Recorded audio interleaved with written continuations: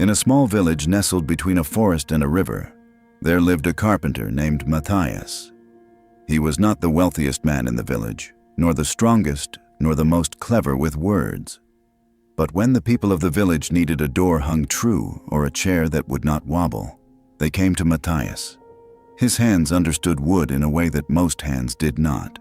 He could look at a plank and see the table hidden inside it. Matthias lived alone in a cottage at the edge of the forest. His wife had died many years before, and his children had grown and moved to the city where opportunity called louder than the river. He did not blame them. He waved when they left and returned to his workshop, where the smell of sawdust and the company of his tools were enough.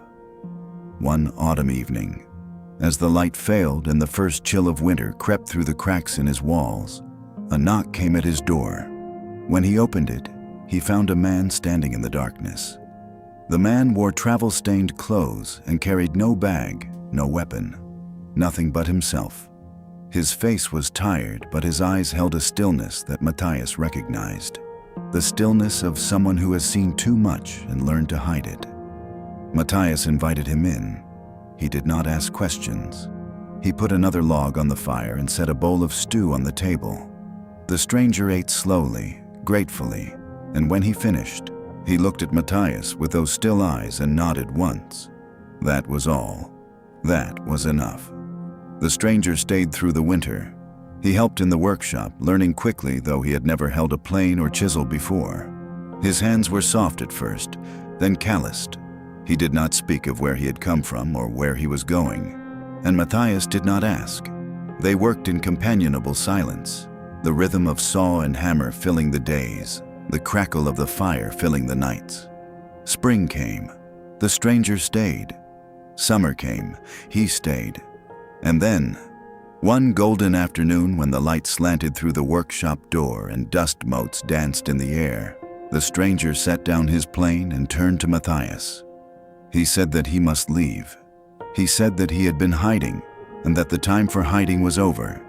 He said that he was not a traveler or a fugitive or a man without a past, but something else entirely.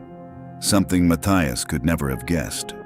He was the king. Not a king in exile, not a king deposed, but the true king of the realm, who had fled his palace after a betrayal that had nearly cost him his life. The men who had tried to kill him believed he was dead. They had divided his kingdom among themselves and ruled badly, cruelly, while he hid in a carpenter's cottage and learned to make joints that would hold and legs that would not wobble. Matthias listened. The plane was still in his hand. The dust still danced in the light. The king said he was returning to claim his throne. He said he had an army waiting in the hills, loyal men who had kept the faith through the long years of his absence. He said that when he won, he would remember the carpenter who had asked no questions and given everything. Then he walked out of the workshop, out of the cottage, down the path that led away from the village, and did not look back. Matthias stood in the doorway until the light failed and the chill returned. Winter came again. Matthias worked alone. He heard rumors sometimes from travelers passing through the village. A king had returned. A war had been fought. A throne had been reclaimed. The rumors were fragmentary, contradictory, unreliable. Matthias listened and nodded and returned to his workshop. He did not expect anything. He had not helped the king because he expected reward. He had helped because a man had come to his door, hungry and tired, and he had been raised to believe that this was what you did. So when a company of soldiers rode into the village one spring morning, their armor gleaming and their banners snapping in the wind, Matthias kept working. He did not go to the window. He did not stop planing.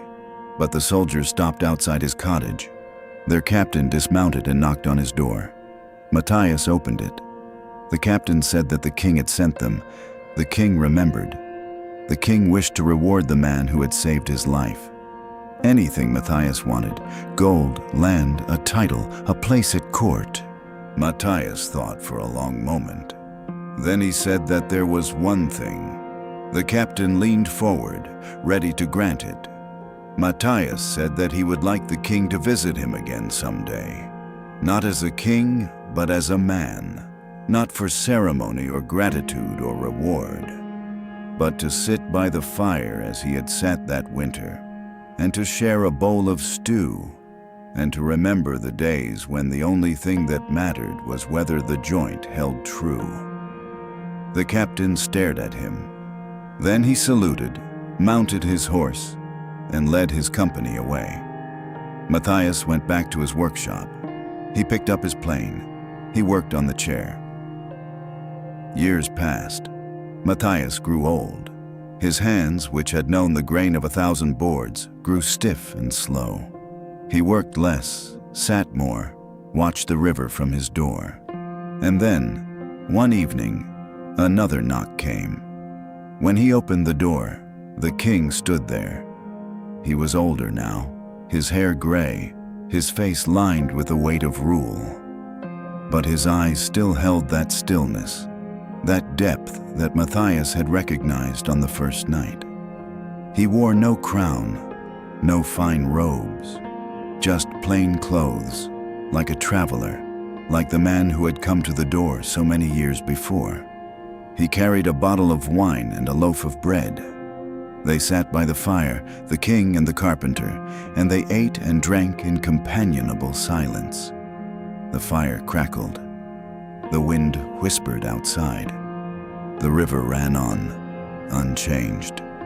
Before he left, the king took something from his pocket and pressed it into Matthias's hand. It was a small carving, a bird in flight, wings spread, carved from a single piece of wood with such skill that it seemed almost alive. The king said that he had carved it himself in the palace, in the quiet hours when he could not sleep. He said that he had learned to carve from a carpenter once, long ago, in a winter when he had been hiding. He said that the carpenter had taught him that a thing made well, with patience and truth, was worth more than all the gold in the realm. Then he walked out into the night. Matthias sat by the fire for a long time, holding the wooden bird in his stiff old hands. The fire burned low. The wind whispered. The river ran on. And somewhere in the darkness, a king walked home.